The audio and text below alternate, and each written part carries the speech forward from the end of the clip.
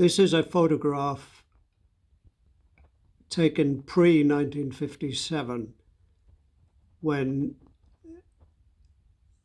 this building was occupied. It was known as Grattan Lodge back in the day. Apparently four families lived, whether they were in that building or there were other smaller buildings on the site. It was built on reclaimed land, and whoever built it must have thought it was invulnerable, even though it was built on sand. And it stood there for quite a few years, but in 1957, February, big storm hit the area in Galway, and the next thing they knew, all the furniture and whatever else was in the building was washed out through the windows. And ever since then, it remained empty, abandoned. And it just stood there abandoned for years until I think the early 60s, when the local council demolished it. But it's strange to think that anybody could build a house on a beach and think it was safe. Seems crazy.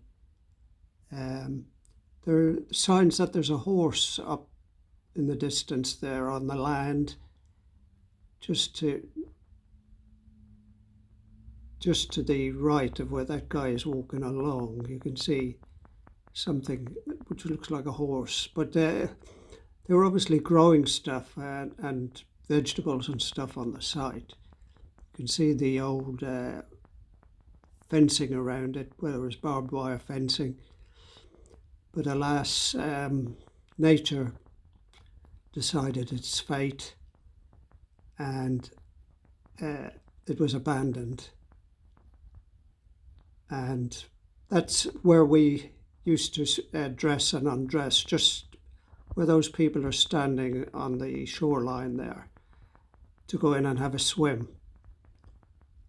But that's the story of this strange building. It was the only building on that side of the promenade for about 4 miles. So it just seems like a crazy idea to put a building on a beach. So that's basically the story of this building.